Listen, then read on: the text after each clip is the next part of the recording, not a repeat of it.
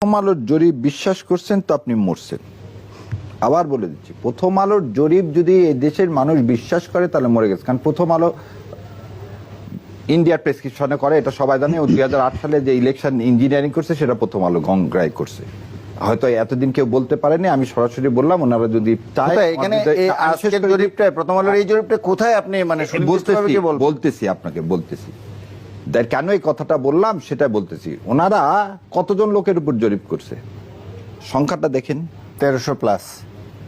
কত লোক আমার দেশে? 16 কোটি। এটা কি হাস্যস্কর?